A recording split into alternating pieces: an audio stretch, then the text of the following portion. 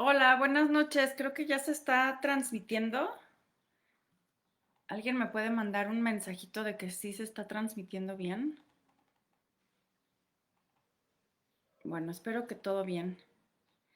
Pues estoy muy contenta de estar aquí en el espacio de Joica. Agradezco muchísimo su invitación.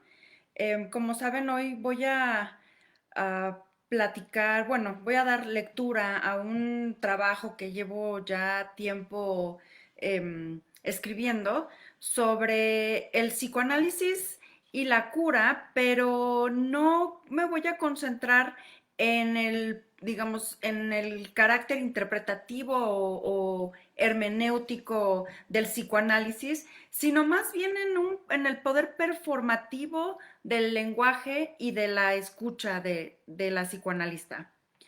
Entonces, pues daré inicio a la lectura de mi trabajo y al final podemos conversar. Me pueden hacer preguntas por el chat y yo las responderé. Bueno, en 1880, Breuer, el médico austriaco que coescribió estudios sobre la histeria con Sigmund Freud, empezó a tratar a Berta Pappenheim, mejor conocida por su seudónimo clínico, señorita Anao, por desórdenes nerviosos. Breuer la describió como una mujer de inteligencia notable.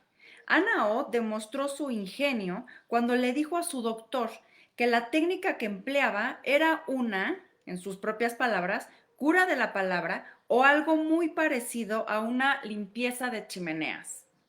En efecto, el psicoanálisis es una cura de la palabra, aunque como Freud pronto se dio cuenta, perdón, aunque como Freud pronto se dio cuenta, no solamente en términos catárticos o abreactivos, puesto que descubrió que recuperar el material reprimido vía hipnosis, así como comunicárselo al paciente, era insuficiente.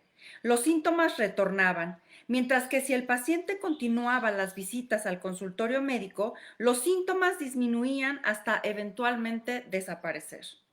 Como resultado de esto, si bien el psicoanálisis debe verdaderamente ser pensado como una cura por medio de la palabra, no se trata de una palabra hablada o escrita, sino más bien de la palabra que escribe en sentido performativo, esto es, la palabra que cura, porque su iteración reescribe la historia del paciente cuyo destino funesto estaría determinado. En palabras de Derrida, cito a Derrida, el performativo no tiene su referente, fuera de él o en todo caso antes que él y frente a él. No describe algo que existe fuera del lenguaje y ante él. Produce o transforma una situación, opera. Y si se puede decir que un enunciado constativo efectúa también algo y transforma siempre una situación, no se puede decir que esto constituya su estructura interna, su función o su destino manifiestos, como en el caso performativo. En el psicoanálisis, el paciente no se reconcilia con su biografía, sino que reconstruye su historia de vida al narrarla repetidamente. Esa historia se vuelve otra, una que hace que su vida y su historia se tornen más vivibles. En 1914, Freud publicó uno de los trabajos técnicos más importantes para la historia de la clínica psicoanalítica. Me refiero a Recordar, Repetir y Reelaborar, en 1914. Este texto, por un lado, describe la psicopatología neurótica como una repetición del material psíquico olvidado vía la acción. Dice Freud, el analizado no recuerda, en general, nada del olvidado y reprimido, sino que lo actúa. No lo reproduce como recuerdo, sino como acción. Lo repite, sin saber desde luego que lo hace. Cierro la cita. Por otro, muestra las limitaciones terapéuticas de recordar el trauma y propone la reelaboración como el camino hacia la cura. Cito a Freud. Es preciso dar tiempo al enfermo para enfrascarse en las resistencias, no consabidas para él, para reelaborarlas, vencerlas prosiguiendo el trabajo en desafío a ella y obedeciendo a la regla analítica fundamental, que sabemos es la asociación libre. Cierro la cita. La fórmula psicoanalítica que indica que la acción reemplaza al recuerdo se explica por dos características de la psique. Primero, que la psique, es una mediación entre el estímulo, la necesidad vital o el deseo, y su consecuente satisfacción a través de la acción. Y segundo, que cuando la satisfacción a través de la acción en el mundo se ve frustrada, la psique se desvía hacia un camino alternativo que Freud llama regresivo. Entre otras cuestiones, lo que emerge de esta formulación de la vida psíquica es que el deseo o la necesidad serán satisfechos ineluctablemente, aunque sea de manera parcial. Es decir, incluso si el aparato psíquico sigue un camino que no es, por decirlo de algún modo, el acorde al deseo y a pesar de que el objeto no corresponda con la demanda. En términos metapsicológicos, Freud describió al aparato psíquico con base en el modelo del arco reflejo de la fisiología de su tiempo, el cual muestra cómo todo el tejido vivo, cuando se enfrenta con un estímulo, busca su liberación inmediata y esto se traduce en alivio. Así, la tendencia más básica de la vida orgánica sería el aliviar la tensión para así ganar placer. De la misma manera, para Freud, el placer es un fenómeno económico que se identifica con la liberación de tensión. Sin embargo, el aparato psíquico es una máquina cuyo funcionamiento es mucho más complejo que la mera relación entre excitación y alivio. Primero, la descarga encuentra resistencias internas y externas al organismo y en segundo lugar, la percepción está condicionada por el entramado de huellas némicas. Esto significa que la memoria define tanto la elección del camino de descarga como la duración de la liberación de tensión, lo cual dona de cualidad a la función psíquica, pues la vida mental se experimenta cualitativa y no cuantitativamente.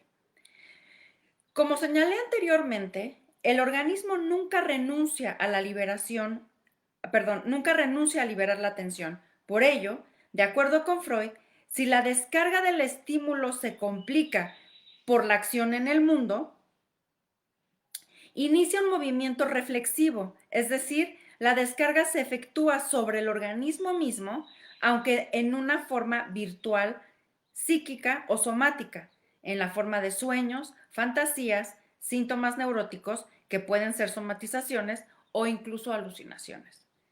En el modelo del arco reflejo, el sistema nervioso tiende a descargar inmediatamente y deshacerse de cualquier estímulo que lo altere.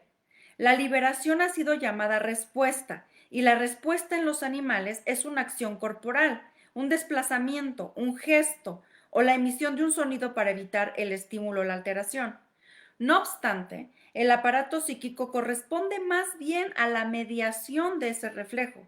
Si bien no debemos olvidar que dentro de la teoría psicoanalítica de la mente, cada pulsión será descargada inevitablemente, subestimar el hecho de que la psique puede cambiar el objeto de la satisfacción y que este último podría no solo no tener que ver con lo que, digamos, naturalmente le corresponde, sino que de hecho podría ser su opuesto como en las formaciones reactivas, resultaría en una mala comprensión de la vida psíquica. En efecto, las patologías psíquicas corresponden a desviaciones o renuncias al objeto asociado con la pulsión, lo cual produce malestar. Desde el punto de vista de la metapsicología freudiana, la psique se forma ante la imposibilidad de la satisfacción de la pulsión en el mundo. Freud describe este origen a partir de la repetición de lo que él llama vivencia de satisfacción. De acuerdo con Freud, las necesidades corporales básicas son aquellas que modifican las primeras tendencias del aparato psíquico a liberarse a sí mismo de toda estimulación. Si tomamos el hambre como el ejemplo paradigmático, el bebé crea una huella anémica de la imagen de la persona que lo ha alimentado repetidamente. Esta será la persona a quien solicitará cada vez que la necesidad resurja. Sin embargo, para que el mecanismo pueda establecerse, la experiencia de satisfacción debe repetirse, es decir, para que la huella anémica se registre o se inscriba como tal, lo que se requiere es que la huella o el camino sea recorrido más de una vez. Una vez que la satisfacción se ha experimentado repetidas veces y que la asociación entre la necesidad corporal, en este caso el hambre, y la anulación de la estimulación se ha establecido, la próxima vez que esta necesidad afecte al bebé, explica Freud, cito, se suscitará una moción psíquica que querrá investir de nuevo la imagen némica de aquella percepción y producir otra vez la percepción misma. Vale decir, en verdad, restablecer la situación de la satisfacción primera. Una emoción de esa índole es lo que llamamos deseo. La reaparición de la percepción es el cumplimiento del deseo. Cierro la cita. Para que el bebé pueda regresar a la imagen, no solo de ser alimentado, sino de la persona que lo alimenta, este acontecimiento tiene que repetirse innumerables ocasiones. Esto es, el bebé podrá apegarse a tal imagen y luego buscar esa percepción de forma externa si y solo si esta experiencia se ha repetido. Por lo tanto, es la repetición la que establece la vivencia de satisfacción. Y es esta vivencia la que pone en movimiento o pone en marcha al aparato psíquico de tal forma que éste abandona la operación del arco reflejo y desempeña funciones más complejas y sofisticadas. Este rodeo que realiza el aparato psíquico para la satisfacción del deseo no es otro que un trabajo de pensamiento que da lugar a la psique como un reservorio o archivo de huellas némicas. Por lo tanto, no sería equivocado decir que mientras que la psique es un aparato diseñado para la liberación de las pulsiones, al mismo tiempo es un mecanismo que hace posible posponer la descarga. Y esta puede conseguirse en objetos sustitutivos. Pero hay algo aún más radical en el diseño psíquico, y es que permite que el impulso pueda ser liberado, no solo hacia el mundo material externo, sino sobre el sí mismo. Revisemos brevemente la metapsicología del sueño, puesto que, siguiendo a Freud, el sueño es la vía regia para el estudio del funcionamiento de la psique y el fenómeno psíquico que le permitió aducir una teoría universal de la mente. Sabemos que, 1, la descarga de la pulsión es inevitable, aunque sea parcial, y 2, la pulsión normalmente utiliza al sistema motor para satisfacer el deseo y modificar el mundo. Así, el itinerario psíquico irá normalmente del extremo de la percepción, o sea, del registro del estímulo, hacia el extremo motor. Esta es la ruta a través de la cual el deseo o la pulsión actúa para conseguir la satisfacción. Sin embargo, durante el sueño, la descarga vía la motilidad está cancelada, pero el deseo o las pulsiones no cesan de buscar la satisfacción o la liberación. Así, la pulsión regresa y excita al sistema percepción-conciencia.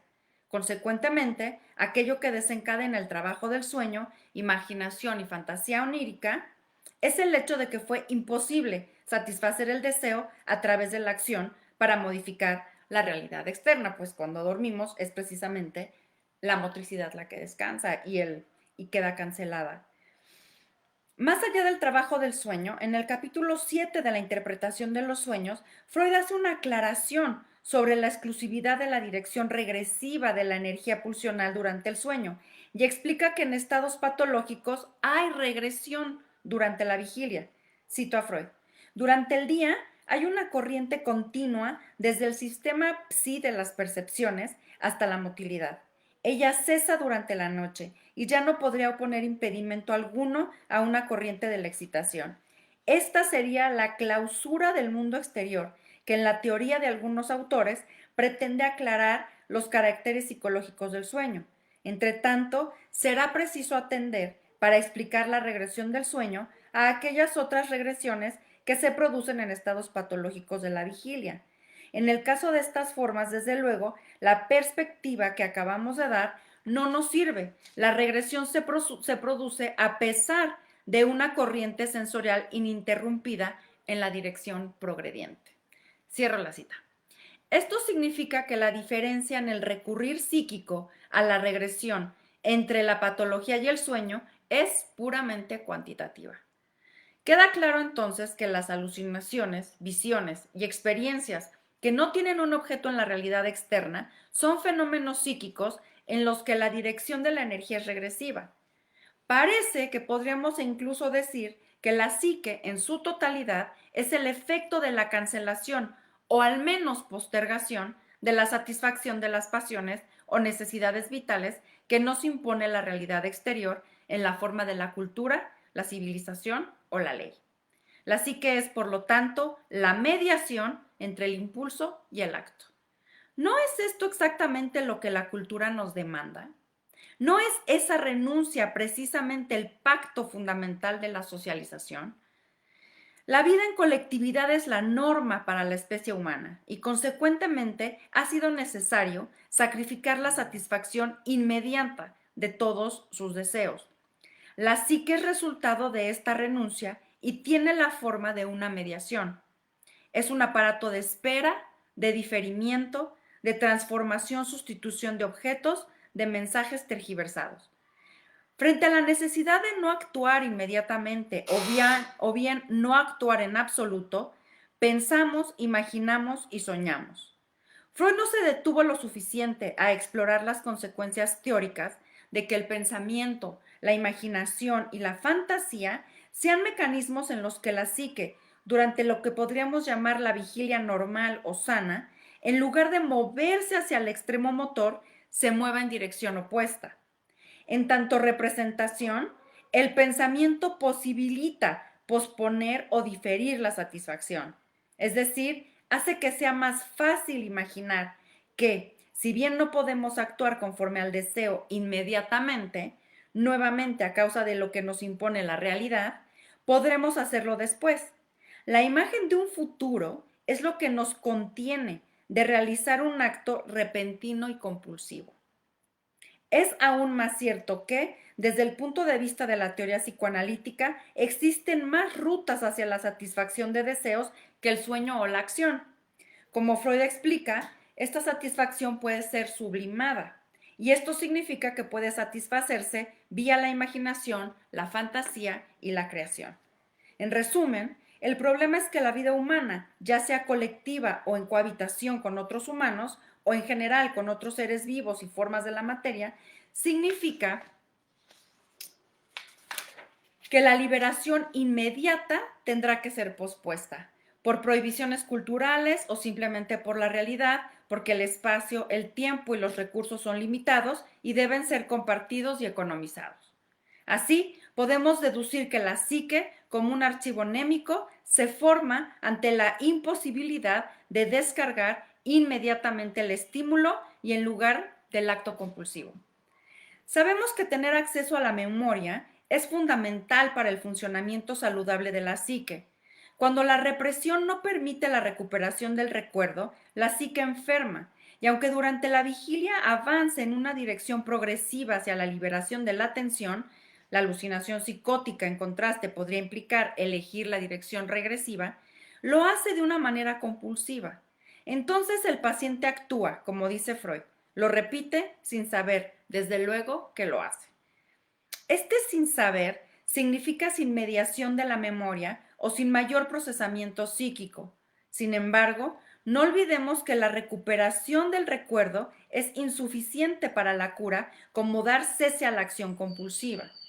Lo que Freud descubrió tras fracasar vía la hipnosis y la recuperación del contenido reprimido del paciente fue que la comunicación semántica no tiene un poder curativo en sí mismo, que algo más es necesario, el poder de la iteración, como la repetición en diferencia.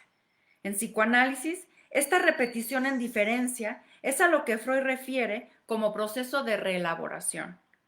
Esto es, se trata de una tarea psíquica que, si bien requiere lenguaje discursivo, también necesita, al tiempo que fomenta la repetición de la narración, de un marco que lo disloque espaciotemporalmente. El encuadre psicoanalítico freudiano, es decir, las reglas básicas del tratamiento y la infraestructura del espacio, alienta esta dislocación. De esta forma, la repetición dentro del encuadre psicoanalítico posee efectos terapéuticos. La transferencia, que para Freud es el fenómeno del que depende la cura, es la repetición de la relación con los primeros y más importantes objetos de amor del paciente en la persona del analista. La transferencia depende entonces de la repetición y, de acuerdo con Freud, para que el paciente sea capaz de duplicar su historia de amor edípica en la relación analítica, es esencial que el escenario se parezca tanto como sea posible al original. Si esto no fuera así, el espacio y tiempo necesario para la recreación no existiría. Que la reelaboración sea un elemento terapéutico significa que lo curativo en el psicoanálisis es la repetición de la narrativa, pero la repetición que juega en contra de sí misma, que rompe y traiciona cada iteración previa. El efecto terapéutico de recordar no se alcanza de una vez y para siempre, y la reelaboración es precisamente aquello que diferencia el tratamiento psicoanalítico de todo influjo sugestivo.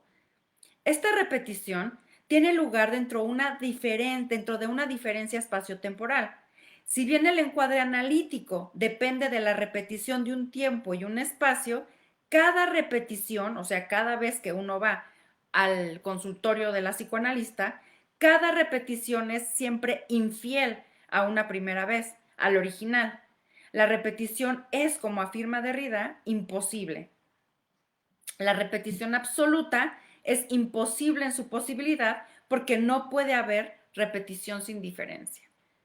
La discrepancia espaciotemporal de cada repetición abre la posibilidad de la cura. Este nuevo espacio-tiempo inicia, en cierto sentido, un ritmo sutil en el corazón de la repetición que es casi siempre imperceptible, pero que erosiona, desgasta o reescribe la impronta traumática. Para Derrida, esta repetición en diferencia o iterabilidad es la propiedad fundamental de toda huella o signo. En su famoso texto Firma, acontecimiento y contexto, Derrida reconoce que, por un lado, la teoría de los actos de habla de Austin escapa de la tradición metafísica cuando revela que el concepto de comunicación no es puramente semiótico, lingüístico o simbólico. Pero por el otro, permanece anclado a ella, a la tradición metafísica occidental, cuando no se desvincula de la idea de un contexto total, plenamente presente e inteligible. Lo que Derrida defiende en esencia en este texto es que la iterabilidad es, en primer lugar, la característica fundamental de toda comunicación, y en segundo, que es aquello que hace de cualquier signo o huella un grafema, en otras palabras, algo significativo. Así, una marca es una marca si y solo si puede repetirse en contextos diferentes. O un signo es un signo si y solo si puede ser separado de su origen sin que pierda su poder de significación. El signo o firma debe ser reproducible y debe ser capaz de ser injertado en otro contexto. Cito a Derrida.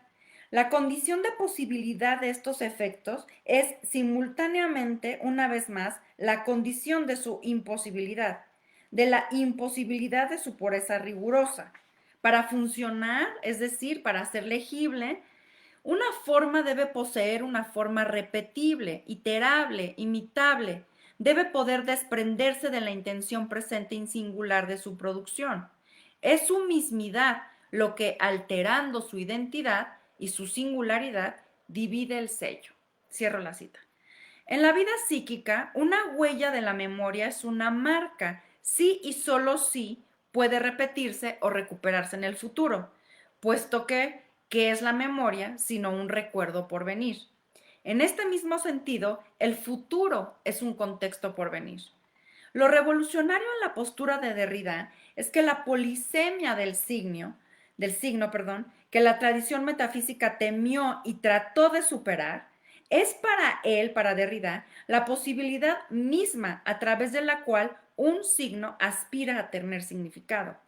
De igual manera, Derrida sostiene que la iterabilidad no es una característica exclusiva del signo escrito, sino de todo signo. Incluso señala, es una característica de la experiencia general. Vuelvo a citarlo. Esta posibilidad estructural de ser separado del referente o del significado, por tanto, de la comunicación y de su contexto, me parece que hace de toda marca, aunque sea oral, un grafema en general. Es decir, como ya hemos visto, la permanencia no presente de una marca diferencial separada de su pretendida producción o origen. Y yo extendería esta ley incluso a toda experiencia, dice Derrida. En general, si aceptamos que no hay experiencia de presencia pura, sino solo cadenas de marcas diferenciales, que es lo que yo voy a sostener. ¿Qué pasa en el análisis? Regresemos al psicoanálisis. Si bien el aparato psíquico es un tejido de huellas, y según Derrida, las inscripciones némicas son signos que, como cualquier marca, deben poder ser repetibles en un contexto distinto, su origen, al mismo tiempo, puede perderse a la mitad del camino. Una inscripción del presente debe ser suficientemente fuerte para que pueda ser repetida en el futuro, si no, no es un signo. La fuerza de la marca traumática descansa precisamente en su futura reactivación y su naturaleza patológica en que no será reconocida como repetición, sino como presente. Como cualquier marca, la huella anémica puede funcionar independientemente de su significado original, y por esta razón, un acontecimiento que sucedió en el pasado puede enfermarnos hoy. De forma paradójica, es precisamente en y a través de esta repetición que puede curarnos. Por lo tanto, el esfuerzo terapéutico del psicoanálisis se dirige a convertir la marca maldita en una marca erótica. Y por marca erótica no me refiero a una marca sexual o ni siquiera sexualizada, sino a una marca que puede llevarnos a otro destino que no sea el funesto o el de la compulsión a la repetición. Pero es importante notar que es la misma marca. Imitando un gesto derridiano, he tachado aquí la palabra misma de misma marca, porque la huella anémica es, como lo dice Freud en la nota sobre la pizarra mágica, perdurable pero no inalterable. O sea, para Freud, en la pizarra mágica, toda huella anémica se altera, se modifica en su propia arquitectura. La alterabilidad de la huella anémica no apunta exclusivamente a la apertura a la modificación, sino también al fenómeno clínico que Freud llama retardamiento, ¿no? Nachtraglichkeit o après-coup. Para el psicoanálisis, este fenómeno no solo se refiere a cómo los recuerdos producen efectos tanto en el momento en el que se imprimen como después. Se refiere al hecho de que la huella anémica recuperada nunca es exactamente como era cuando se imprimió en un principio, pues ésta siempre se modifica por el simple paso del tiempo, por el nuevo contexto en el que es recuperada, etc. En breve, dado la alterabilidad de la huella anémica, su misma recuperación la modifica. El trauma, como marca, es un signo y un mensaje para el futuro. Entre otras cosas, esto además implica la posibilidad de un reacomodo de los acontecimientos que han sido experimentados o fantaseados y la constitución a posteriori de toda historia. Es debido a que la psique trabaja en este modo que el camino a la cura solo puede ocurrir por la reelaboración de cada repetición, ya sea como transferencia o como una reiteración del recuento del trauma. En otras palabras, si bien el tiempo de la psique es el de la repetición y no hay nada más allá de la repetición de la pulsión, no obstante, esto no significa que no haya nada más allá de la repetición patológica y la reedición del dolor psíquico. En resumen, la repetición puede ser o no patológica. Pero, ¿por qué la comunicación del material reprimido no resulta terapéutica? Freud explica que, por un lado, existen resistencias a la cura, pues la neurosis provee ganancias secundarias, y por el otro, también hay resistencia del inconsciente, la compulsión a la repetición. En términos metapsicológicos, las huellas némicas son caminos que la psique toma para retardar la excitación, o en otros términos, la satisfacción de nuestras necesidades y deseos. Desde una perspectiva económica, hay una inercia psíquica hacia mantener lo más baja posible, o al menos constante, la cantidad de excitación presente en él. Esto es, la psique ahorra energía al volver a recorrer los caminos de viejas huellas némicas. Por lo tanto, podemos decir que la psique es una organización conservadora y que la compulsión a la repetición, en contraste con la formación de nuevas inscripciones en la memoria, es la característica dominante de la psique freudiana. Esto apunta hacia por qué, en términos freudianos, la psicopatología es principalmente una resistencia a un destino nuevo y desconocido. Freud escribe acerca de esta resistencia al futuro en Recordar, Repetir y Reelaborar. En ese trabajo técnico, Freud argumenta primero que el propósito de toda terapia psicoanalítica es remover las resistencias al tratamiento. Y en segundo lugar, que para lograr ese propósito, el paciente debe involucrarse con esas resistencias, es decir, debe examinarlas una y otra vez en su discurso, debe reelaborarlas. Sin embargo, hay otro fenómeno psíquico fundamental para la clínica psicoanalítica, en el que la repetición en diferencia se vuelve muy importante, pues el neurótico no solo repite y actúa las huellas traumáticas, sino también las huellas de la historia de su vida amorosa, la cual, cabe destacar, puede también ser traumática. Cito a Freud. Todo ser humano, por efecto conjugado de sus disposiciones innatas y de los influjos que recibe en su infancia, adquiere una especificidad determinada para el ejercicio de su vida amorosa. O sea, para las condiciones de amor que establecerá y las pulsiones que satisfará, así como para las metas que habrá de fijarse. Esto da por resultado, digamos así, un cliché, dice Freud, o también varios que se repite. Es reimpreso de manera regular en la trayectoria de la vida, en la medida en que lo consientan las circunstancias exteriores y la naturaleza de los objetos de amor asequibles, aunque no se mantiene del todo inmutable frente a impresiones recientes. La descripción que Freud ofrece aquí de la historia de la vida amorosa de cada ser humano concuerda incuestionablemente con su teoría de la psique como un aparato de escritura o de inscripciones némicas alterables, como la pizarra mágica. Lo que tenemos entonces es que las primeras historias de amor crean una marca o un cliché, así lo llama Freud, que aunque se modifica por nuevas experiencias de vida, simultáneamente resiste y determina nuevas experiencias. Pero sabemos que estas huellas némicas inconscientes no solo tienen un poder de resistencia, sino que también sirven, por decirlo de algún modo, como una brújula, es decir, que buscan objetos de amor en el mundo con quien puedan repetir, revivir esa primera, digámosle así, historia de amor, o sea, la edípica.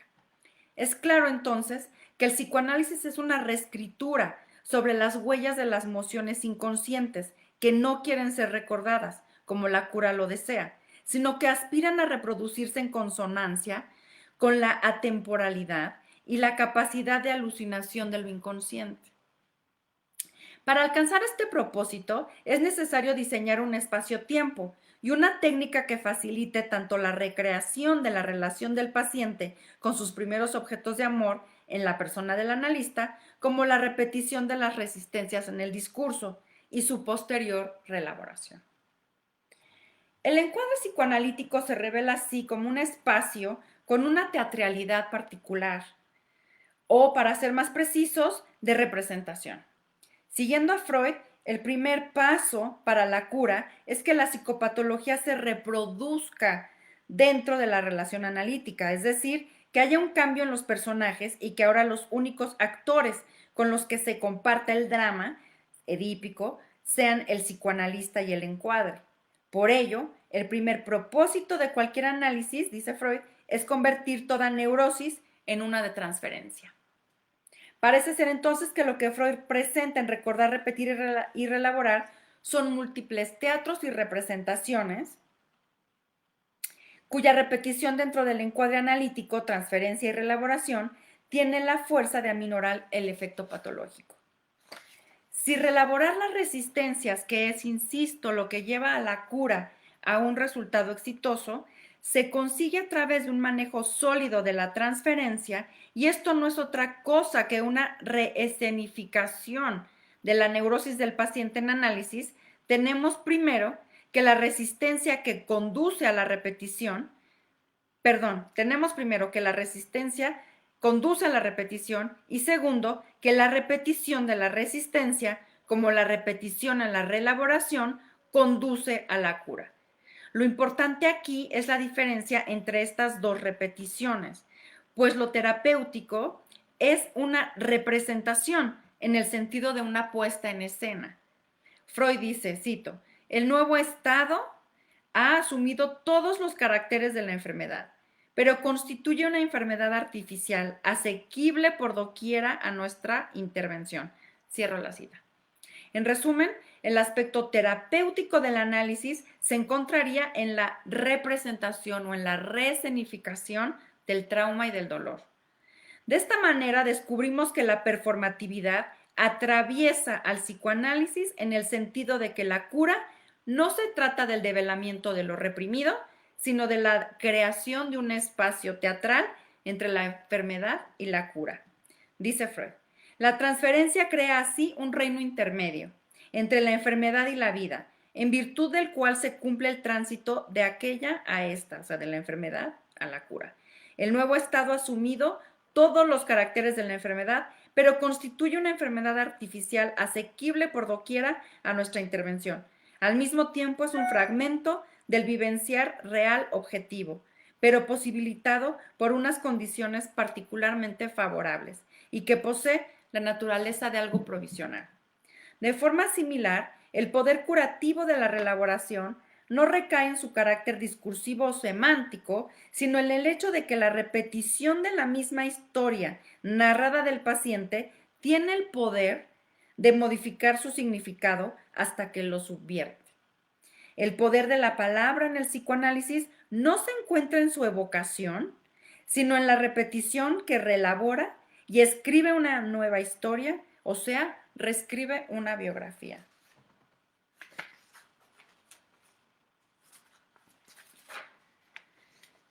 Ahora voy a pasar a hacer un análisis sobre este mismo fenómeno, pero en la esfera de lo psicopolítico. En el vocabulario freudiano, la resistencia tiene un sentido negativo y patológico, pero hay una fuerza distinta que Freud no llama resistencia y que me interesa argumentar que deberíamos hacerlo.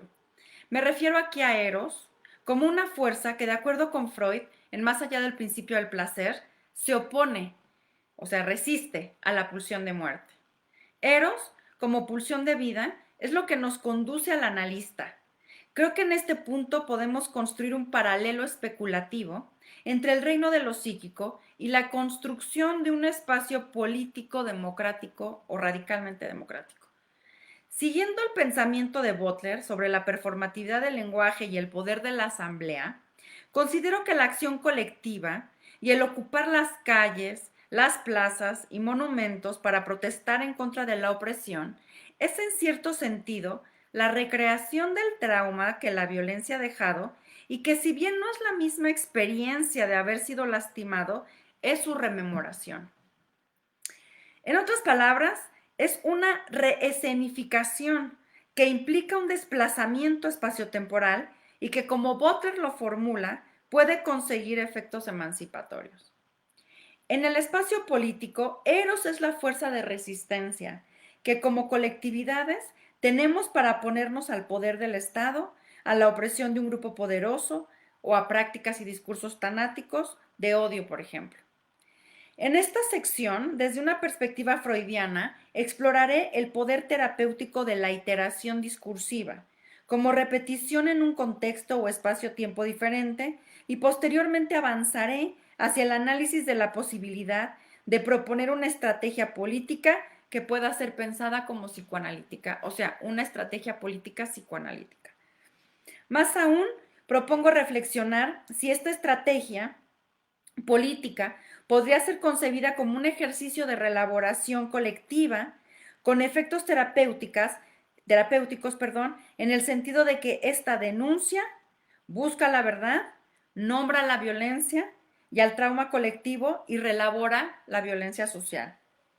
O sea, todas estas características de lo que yo considero la cura psicoanalítica. Reflexionando sobre la resistencia al discurso de odio desde una postura crítica y legal, Butler escribe, la cito, el discurso crítico y legal acerca del lenguaje de odio constituye en sí mismo una puesta en escena del lenguaje de odio. El presente discurso rompe con los anteriores, pero no de una forma absoluta. A pesar de su aparente ruptura con el pasado, el presente discurso solo puede leer con respecto al pasado con el que rompe. Solo se puede leer, perdón. Sin embargo, el presente contexto elabora un nuevo contexto para el habla, un contexto futuro también, aún sin perfilar y que por lo tanto no es exactamente un contexto, o sea, es un horizonte. Cierro la cita. Considero que lo que aquí Butler denomina puesta en escena puede también ser leído, por un lado, a través de lo que Derrida comprende como iterabilidad e injerto, y por el otro, de la mano de la consideración de Freud de la transferencia como el fenómeno en el que descansa la posibilidad de la cura. Butler critica la idea de que el efecto de una expresión ofensiva sea completamente contextual, y aunque no lo expone explícitamente, esta afirmación podría referir a la idea de Derrida de que no hay nada fuera del contexto. No obstante, la concepción de Derrida de la noción de contexto no es ahistórica, tampoco es independiente de otros contextos y tampoco es completamente aprehensible. Pensar en el contexto desde la iterabilidad y la citacionalidad implica que un contexto específico siempre está conectado con otros. La citacionalidad o posibilidad de ser injertado indica que la repetición de un significante es siempre en un nuevo contexto, incluso que lo inaugura o lo produce. Un contexto es al mismo tiempo un textil, esto es, un tejido de muchos contextos diferentes, aquellos que reitera. En este sentido, es teatral, como una neurosis de transferencia dentro del encuadre psicoanalítico. Podríamos decir que para Derrida, cada contexto es un tejido histórico o, como Butler lo formula, hay cierto nexo de horizontes temporales. Romper con un contexto implica al mismo tiempo estar conectado referencial e históricamente con él. La iterabilidad, como repetición en diferencia, es al mismo tiempo referencia e inauguración, apertura. Me interesa argumentar que la idea de Butler de la posibilidad de subvertir el discurso ofensivo a través de la iteración performativa puede ser considerada desde una perspectiva psicoanalítica. La repetición del trauma dentro del encuadre psicoanalítico es una forma de devolver la experiencia traumática al hablante, al paciente, justo como en la esfera política es la parte ofendida la que debe repetir el insulto en un espacio en el que pueda ser citado contra sus propósitos originales y revertir así sus efectos. El psicoanálisis y la teoría de la performatividad se cruzan en tanto el efecto positivo del análisis no se trata únicamente del develamiento de lo reprimido, sino de la creación de un espacio teatral entre la enfermedad y la cura. Por su parte, el poder curativo de la reelaboración no descansa en su carácter discursivo o semántico, sino más bien en el hecho de que la repetición de la narrativa del paciente tiene el poder de modificar su propio significado hasta subvertirlo. Es decir, que el poder de la palabra en psicoanálisis no recae solo en sus propiedades evocativas, sino en la repetición que reelabora y escribe una historia nueva, es decir, reescribe una biografía. La performatividad del lenguaje y el poder intrínseco de su iterabilidad puede transformar un insulto en discurso subversivo o emancipatorio. De acuerdo con Butler, el discurso subversivo es una repetición lingüística capaz de producir un cambio en el significado del insulto. Este poder, paradójicamente, reside en la vulnerabilidad lingüística que hace que el signo esté abierto a modificación. Esto sugiere una pregunta más general. ¿Dónde descansa el poder curativo del lenguaje? Butler responde esta pregunta afirmando que somos seres lingüísticos que necesitan al lenguaje para ser. En más de una ocasión, también explica que nuestra vulnerabilidad al lenguaje es una consecuencia de ser constituidos dentro de sus términos. Si estamos formados en el lenguaje, entonces este poder constitutivo precede y condiciona cualquier decisión que pudiéramos tomar sobre él, insultándonos desde el principio, desde su poder previo. Al mismo tiempo y por virtud de estas mismas cualidades, ahí donde reside el poder traumático del lenguaje, también lo hacen sus posibilidades emancipatorias. Este doble poder es, como diría Derrida, un double bind, pues se trata de una agencia del lenguaje que al mismo tiempo que tiene el poder de traumatizar, lo tiene de curar. El nombre que el otro nos da o el cómo se dirige a nosotros puede ser ofensivo o emancipatorio. En términos psicoanalíticos, más allá de la interpretación del discurso del paciente, compartir palabras con el otro y ser escuchado tienen un poder terapéutico. De acuerdo con Derrida, este poder dual depende del contexto en el que el signo o la marca traumática se inserta. Dice Derrida, todo signo, lingüístico o no lingüístico, hablado o escrito en el sentido ordinario de esta oposición, en una unidad pequeña o grande, puede ser citado, puesto entre comillas, por ello puede romper con todo contexto dado, engendrar al infinito nuevos contextos de manera absolutamente no saturable. Cierro la cita. Por lo tanto, el poder terapéutico del lenguaje se encuentra en su carácter de iterable, es decir, de poder ser repetido en contextos diferentes y adquirir nuevos significados. Habría entonces procesos de rearticulación, de resignificación y recontextualización del trauma con efectos curativos o liberadores. Esto es lo que justifica la renuncia de Freud a la hipnosis y su compromiso con la reelaboración, dado que no es el conocimiento de la verdad lo que reescribe una historia, sino su reiteración en un otro espacio y tiempo. Para resumir, la performatividad del lenguaje y el poder intrínseco de su iterabilidad pueden transformar cualquier apelativo ofensivo en discurso subversivo o emancipatorio. Este poder reside, paradójicamente, en la vulnerabilidad lingüística que hace del signo una unidad que está abierta a la modificación. El trauma, en tanto signo némico, también es modificable, y de la misma manera, la psique, como tejido de huellas némicas, es vulnerable a una transformación. De modo similar, no debemos olvidar el hecho de que la vulnerabilidad no tiene esencia, es decir, estar abierto a la otredad y por lo tanto alteración no es necesariamente algo lamentable. También es posible ser amado y rescatado por el otro, por la psicoanalista o la comunidad, por ejemplo. En la esfera de la vida social y política, la performatividad del discurso también tiene la característica temporal de la repetición en diferencia. Esto significa que su poder es también dual, pues reside tanto en su relación con un nuevo contexto como en aquel con el que rompe. La performatividad es una acción que no tiene ni un origen discernible ni un horizonte fijo. De esta forma, el discurso no está encadenado a ningún sujeto, por más autoridad que éste pueda tener, o a ningún contexto, sin importar las sedimentaciones de significado que un signo haya sufrido. En la esfera política, esta estructura del double bind implica que la resistencia y el conflicto subversivo encuentran su poder, paradójicamente, en aquello a lo que se oponen. Con base en este poder ambivalente, me gustaría considerar el tomar la palabra en el espacio público y político como algo terapéutico para la colectividad.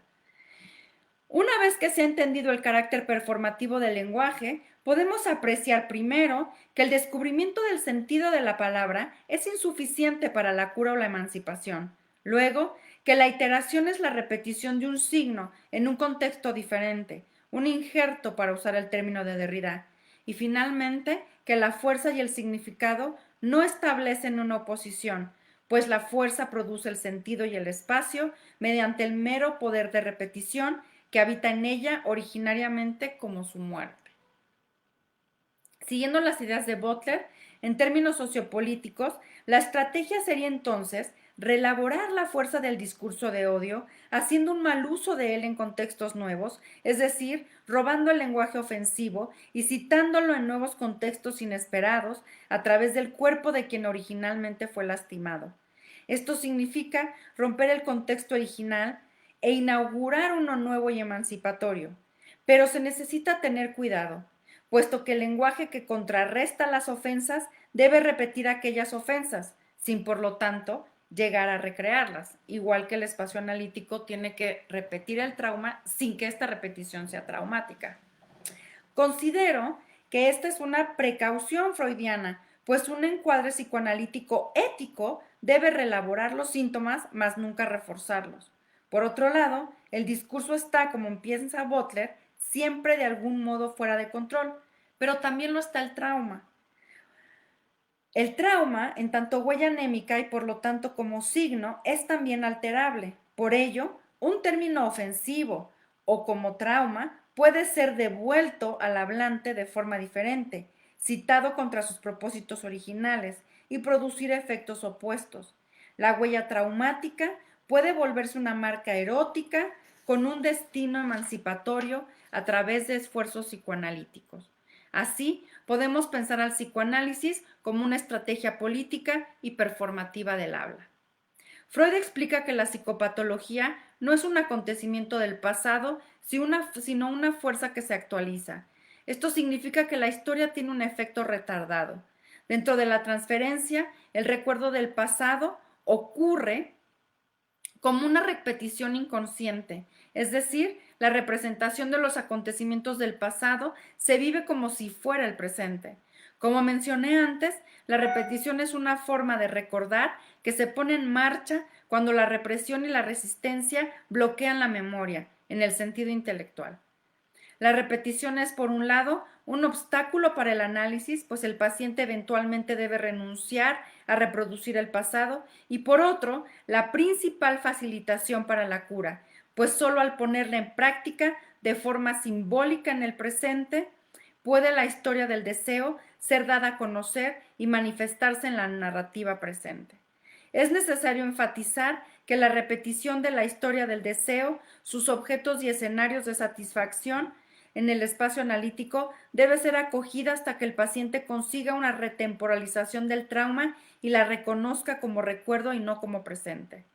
Es la fuerza de la repetición la que abre la posibilidad de este cambio del sentido, porque es siempre y al mismo tiempo reproducción y diferencia. La infidelidad de la repetición al origen es lo que finalmente logra la ruptura con el trauma. El carácter performativo del lenguaje y del psicoanálisis no recae en el sentido del signo o en la interpretación del significado de la historia, sino en la iteración del grafema o la recontextualización del trauma, la cual para Freud depende del retardamiento o après-coup como la característica fundamental de la temporalidad de la experiencia, que nunca es del presente, sino del ya haber sido y que además no solo puede alcanzar un nuevo significado en el tiempo futuro, sino que está siempre abierto a sentidos por venir. El lenguaje no es puramente semiótico, lingüístico o simbólico, tiene también una fuerza más allá del significado, un poder emancipatorio y, como lo muestra el psicoanálisis, uno curativo. Ciertamente, esto no niega el lugar de la verdad o la necesidad de interpretación en el psicoanálisis. Como Freud escribió, lo voy a citar, el tratamiento psicoanalítico se edifica sobre la veracidad. En ella se cifra buena parte de su efecto pedagógico y de su valor ético. No obstante, hace patente que son insuficientes. Lo que hace falta es, por decirlo de algún modo, la magia y el enigma de la repetición que está siempre e inevitablemente sujeta a la diferencia en el espacio y el tiempo, esto es, al contexto. Es en el injertar el trauma en un nuevo tejido texto en donde se descubre el poder terapéutico del psicoanálisis. Y esto solo es posible, por un lado, gracias al carácter performativo de la comunicación y por otro, al retardamiento de la psique.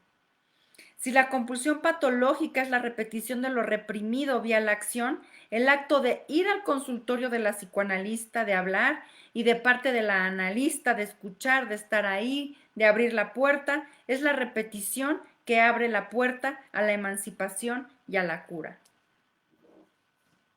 Llegamos así al cuestionamiento del lugar donde recae el poder curativo de estas dos formas de estar con el otro, hablar y escuchar.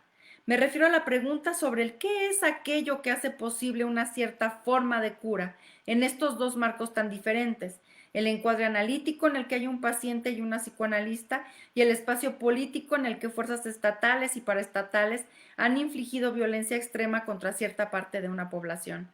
¿Qué sucede dentro de estos dos marcos que abren el horizonte a vidas más vivibles, a la justicia y a la posibilidad de lo inesperado, al mismo tiempo que le cierran las puertas a un futuro que tiene la forma de un destino inevitable? La respuesta es la escucha y la proximidad entre unos y otros.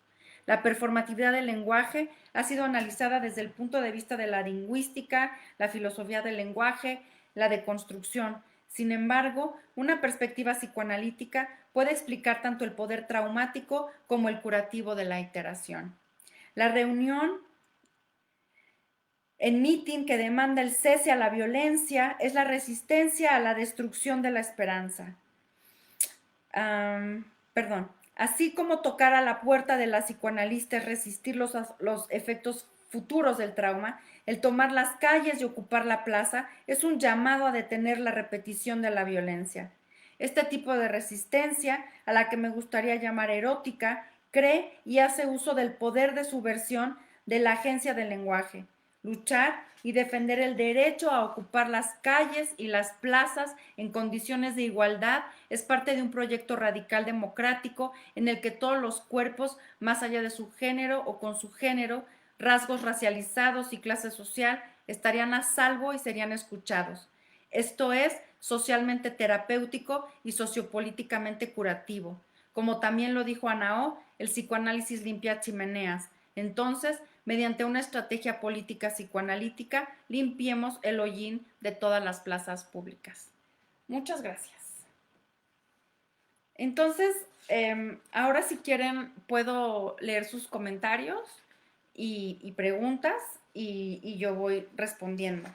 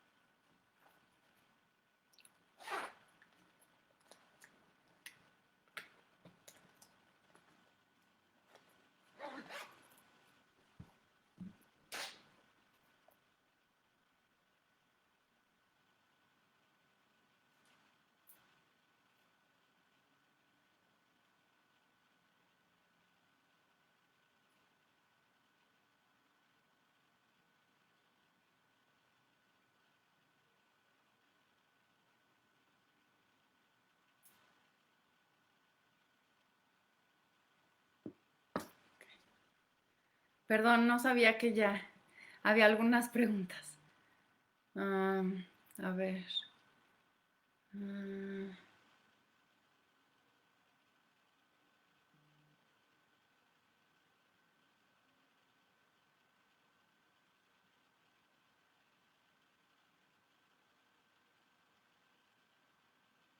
A ver, aquí veo una de Gabriela Lazalde. Dice, según usted, ¿cuáles son los límites de la deconstrucción y cuáles los del psicoanálisis? ¿Qué es lo indesconstruible y qué es lo inanalizable? Bueno, es una excelente pregunta, pero una pregunta muy amplia. Em, los límites del psicoanálisis o los límites de la deconstrucción, bueno, no sé, quizá la pregunta me resulta un poco extraña porque precisamente eh, análisis viene del vocablo analuion en griego, que quiere decir dividir, separar.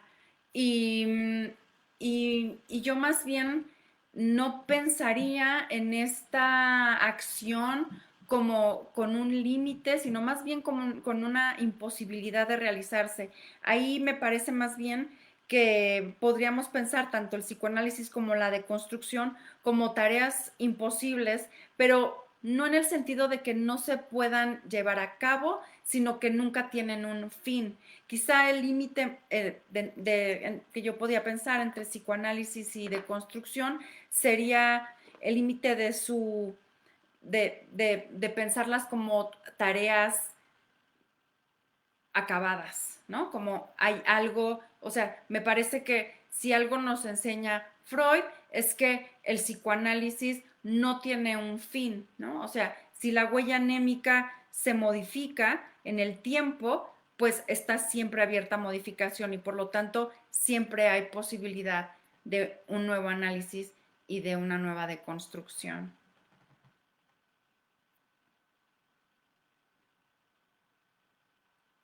Ay, de Gabriela también me pregunta si estoy distanciada de Lacan. No estoy distanciada de Lacan, pero no me he dedicado a estudiarlo más bien. Sí, en efecto, em, hay algunas posiciones mías que no estarían acorde con una lectura lacaniana de la cura, pero, pero digo, más que un distanciamiento es que no me he dedicado a estudiarlo. Y dice aquí Muni Lunar, ¿por qué la compulsión a la repetición no es performativa? Sí es performativa, claro que es performativa, pero lo que provoca es patología, dolor y violencia. O sea, lo que estoy tratando de estudiar en esta ponencia, sí, en este texto, es que la repetición tiene un doble poder. O sea, puede llevar a la patología, al dolor, a más violencia, pero también tiene un poder curativo y emancipatorio.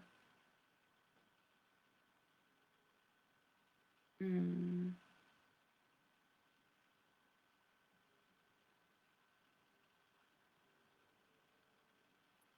a ver, dice aquí, ¿qué relación encuentras en lo que podrían ser las biopolíticas del neoliberalismo y su impacto como trauma potencial en la población? Fundamentalmente yo pienso en la violencia de la desigualdad que el neoliberalismo eh, ha provocado.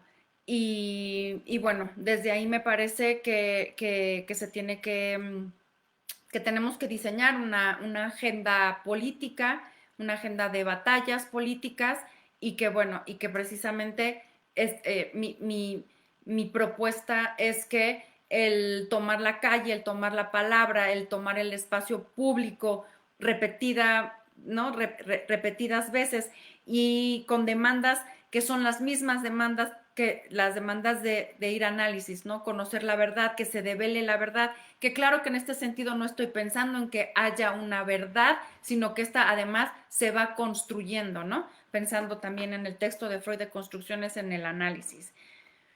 Pero sí, fundamentalmente pensaría yo en la violencia de la desigualdad.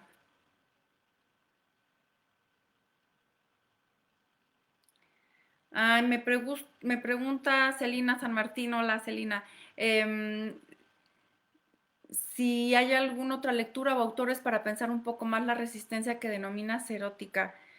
Eh, bueno, pues evidentemente el trabajo de Judith Butler, eh, no sé quién más, Ernesto Laclau quizá, pero ellos no le llaman erótica, pero yo sí le llamo erótica a la resistencia política.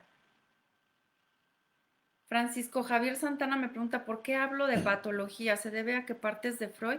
Bueno, seguro que sí, pero creo que algo importante de mi ponencia y que capaz al principio bueno, debo aclarar un poco más, es que la diferencia para Freud entre patología y normalidad es una diferencia meramente cuantitativa y no cualitativa. O sea, creo que es muy interesante cómo Freud estudia el sueño, ¿no? Y este mecanismo de la regresión, que es lo que trabajo al principio, como el mismo mecanismo de la psicosis. Y bueno, y creo que para Freud la patología siempre fue un líquido de contraste para describir el funcionamiento normal de la psique. O sea, los mecanismos psíquicos con los que Freud describe son los mecanismos, no son mecanismos exclusivos del funcionamiento patológico de la psique, sino que son los mecanismos en general de la psique, que pueden llevar a dolor y a violencia y a melancolía, etcétera, pero creo que es importante entender que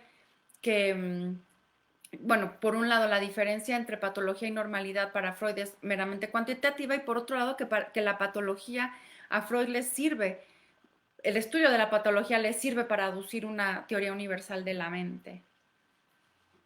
Mm,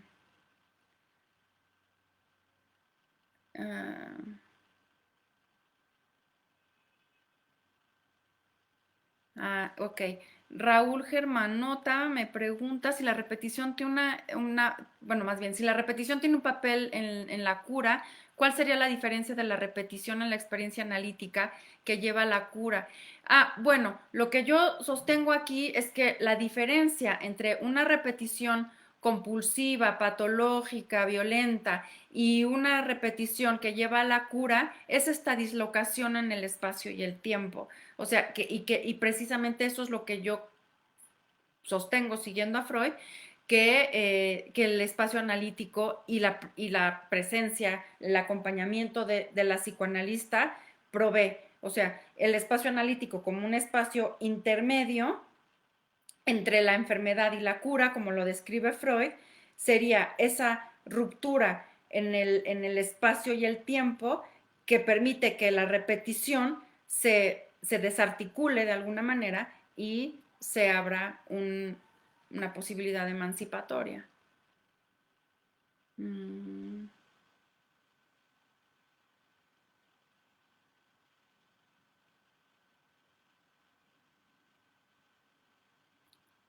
Uy, esta pregunta está muy difícil. Hola Israel Calvo, hace mucho que no sabía de ti. Mm, dice, con base en tu exposición en la dirección paralela con el psicoanálisis y la biopolítica, ahora que observamos en Estados Unidos esta toma de las calles, ¿cómo pudieras pensar la intersección de la variable de la COVID-19? Bueno, me parece una pregunta muy amplia, eh, pero ahora durante la pandemia yo he pensado la epidemia como un líquido de contraste, como decía antes, que lo que nos ha permitido ver es la desigualdad, la violencia de la desigualdad. Yo más bien lo pensaría por ahí, o sea, como lo que la patología, ¿no? O sea, la patología que a Freud le permite eh, estudiar la mente, el funcionamiento normal de la psique. Creo que ahora con la COVID-19 pasa lo mismo, ¿no? O sea, parece ser simplemente un lente de aumento de los cuerpos más vulnerables, de los cuerpos que están más expuestos a infectarse, a morir, quiénes son los cuerpos que tienen más comorbilidades, o sea, todas estas comorbilidades se muestran en cuerpos con una historia de vulnerabilidad y de precarización mayor. Yo diría algo así.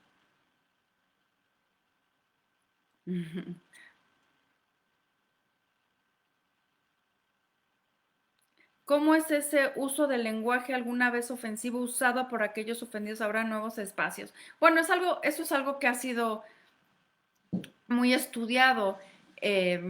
Yo más bien estoy tomando esos estudios sobre el uso subversivo del lenguaje.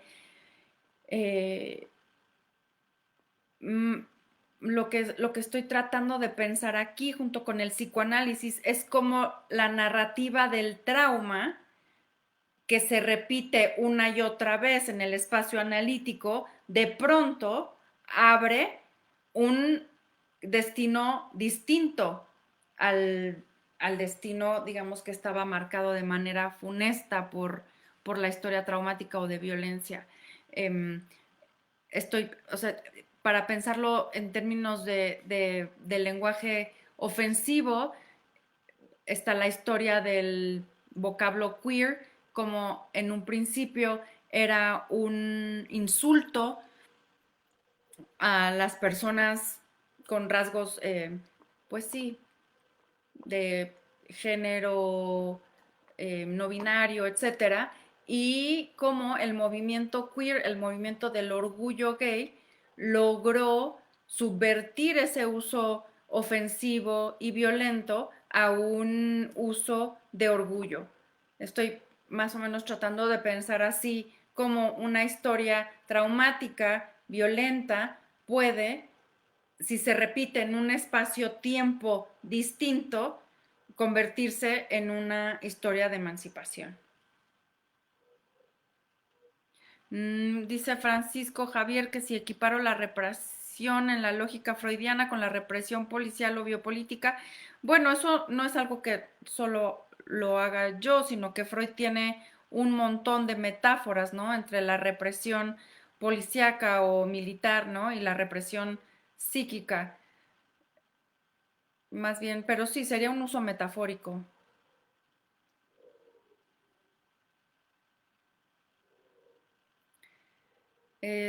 Mafer Gómez me pregunta que cómo encuentro el acercamiento entre la filosofía y el psicoanálisis. Bueno, pues lo encuentro como un modo un poco queer de habitar tanto la filosofía como el psicoanálisis. Em, pero bueno, me parece que hay mucho del psicoanálisis que resulta en teorías filosóficas sobre la subjetividad, sobre la cohabitación política, inclusive hasta ensayos donde Freud pareciera estar pensando problemas de teoría del conocimiento, etcétera. Y lo mismo, cómo podemos, por el otro lado, la filosofía, cómo puedes hacer filosofía sin, sin pensar esas cosas que el psicoanálisis piensa de manera más central, ¿no? El cuerpo, las pasiones, las pulsiones y las relaciones de cohabitación, ¿no? Y de convivencia cultural y de civilización.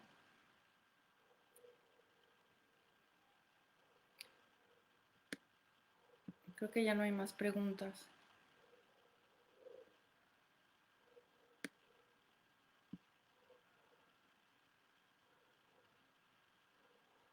Pues ya no veo más preguntas.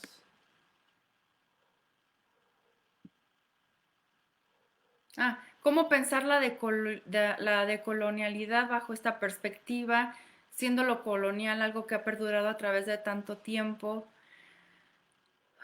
Pues sí, pensaría yo la decolonización o los esfuerzos de colonización también en este sentido, ¿no? De resistencia y de, y de pensar que la decolonización será posible si, solo si nuestra resistencia es repetida, constante y colectiva.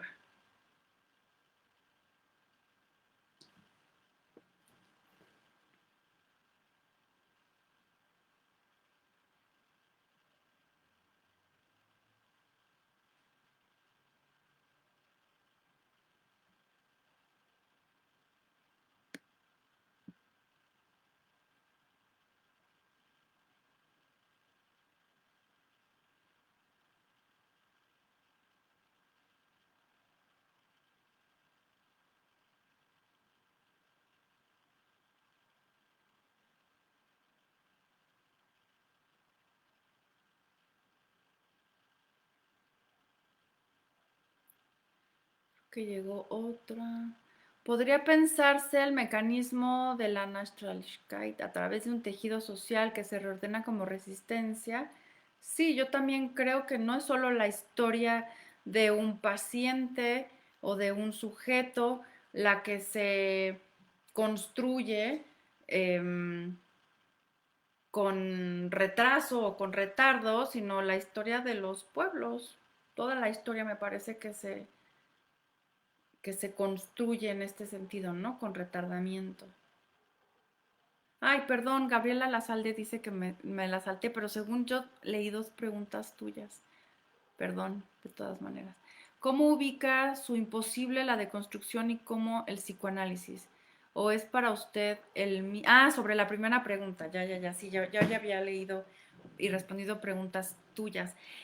Por imposible no me refiero, como decía antes, la imposibilidad de la deconstrucción o la imposibilidad del psicoanálisis, no me refiero a que no sean tareas que se puedan hacer, sino más bien a que no se pueden hacer de manera acabada. O sea, creo que nadie puede decir, bueno, esto ya está deconstruido, ¿no? O nadie puede decir, bueno, esto ya está psicoanalizado.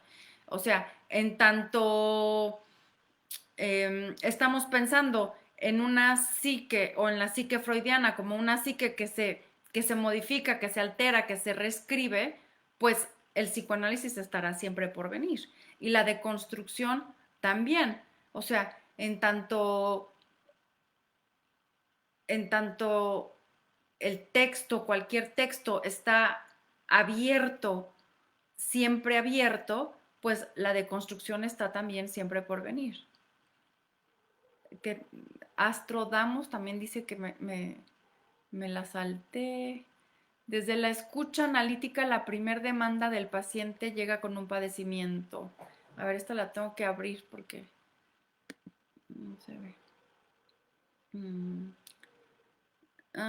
Cree tener un saber sobre que padece algo y que el analista lo va a curar, pero esto se transforma, según entiendo, a lo largo del acto psicoanalítico, puesto que el despliegue de un saber que no era sabido se da en el mismo acto. Entonces ya no se podría hablar de curación o salud, enfermedad o no, o cómo se podría pensar la cura en este sentido.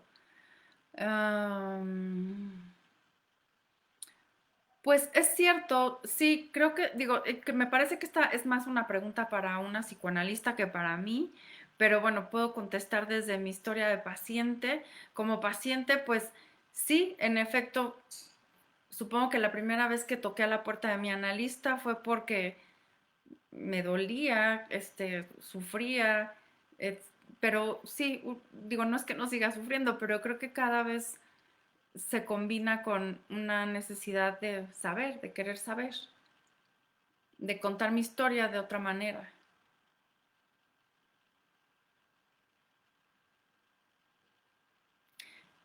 Oscar pregunta, ¿el erotismo de la resistencia de las teorías de género no binarias que propones como interpretación no se contrapone al desarrollo de la teoría del narcisismo y la perversión sobre la norma? No sé, esa pregunta no la entiendo bien, no sé si la pudieras reformular, Oscar. Israel, me preguntas dónde puedes encontrar este texto. Lo voy a publicar, pero todavía no sé dónde. Pero si me escríbeme y te cuento.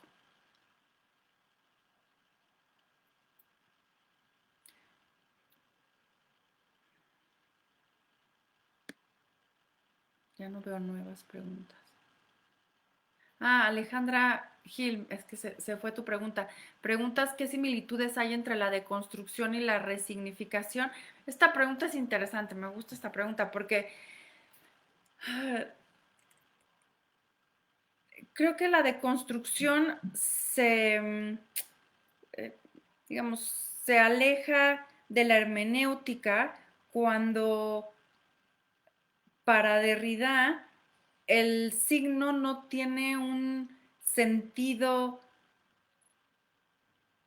digamos, eh, de una vez y para siempre, sino que el sentido de un signo, diría Derrida, también está por venir. Y esto tiene que ver con lo que estaba yo trabajando en mi texto sobre la injertación, o sea, como un mismo signo, dependiendo del contexto en el que se injerta, tiene uno u otro sentido.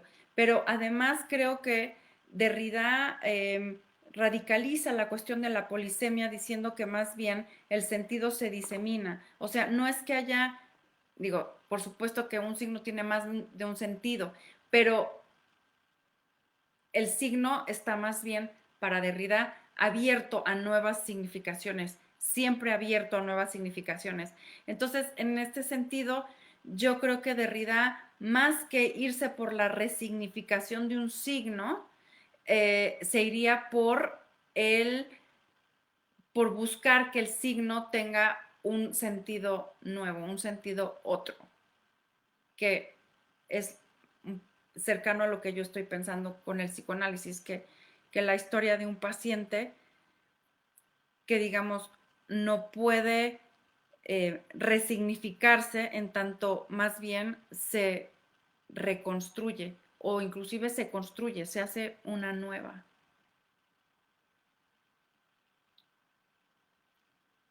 A ver si hay más preguntas.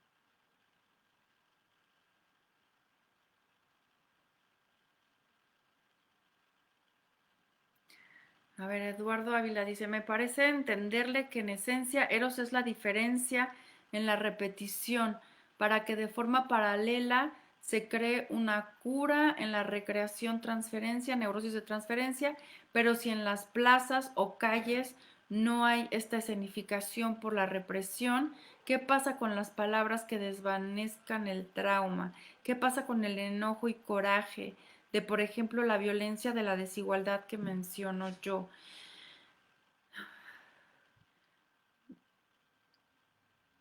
Pues creo que mi apuesta sería por el tomar la calle y la palabra y la denuncia una y otra vez. Y bueno, claro, al mismo tiempo hay que pelear porque esto sea un derecho, ¿no? Y que no nos repriman en el espacio público, pero me parece que ahí hay una doble batalla, ¿no? Por un lado, por seguir defendiendo el derecho a tomar la calle y la palabra y la denuncia, y por otro lado, pelear porque no haya represión, ¿no? A la manifestación pública.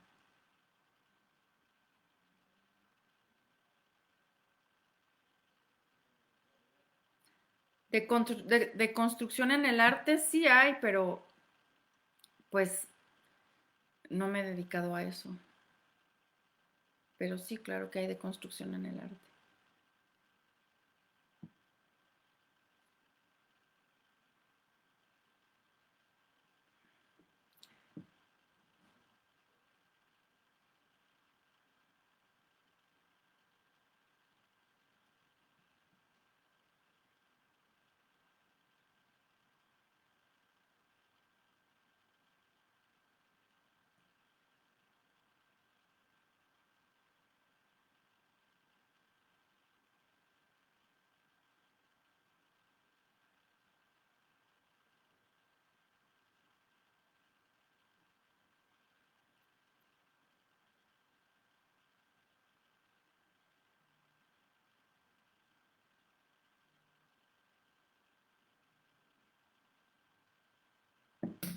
Bueno, pues muchísimas gracias por haber sincronizado.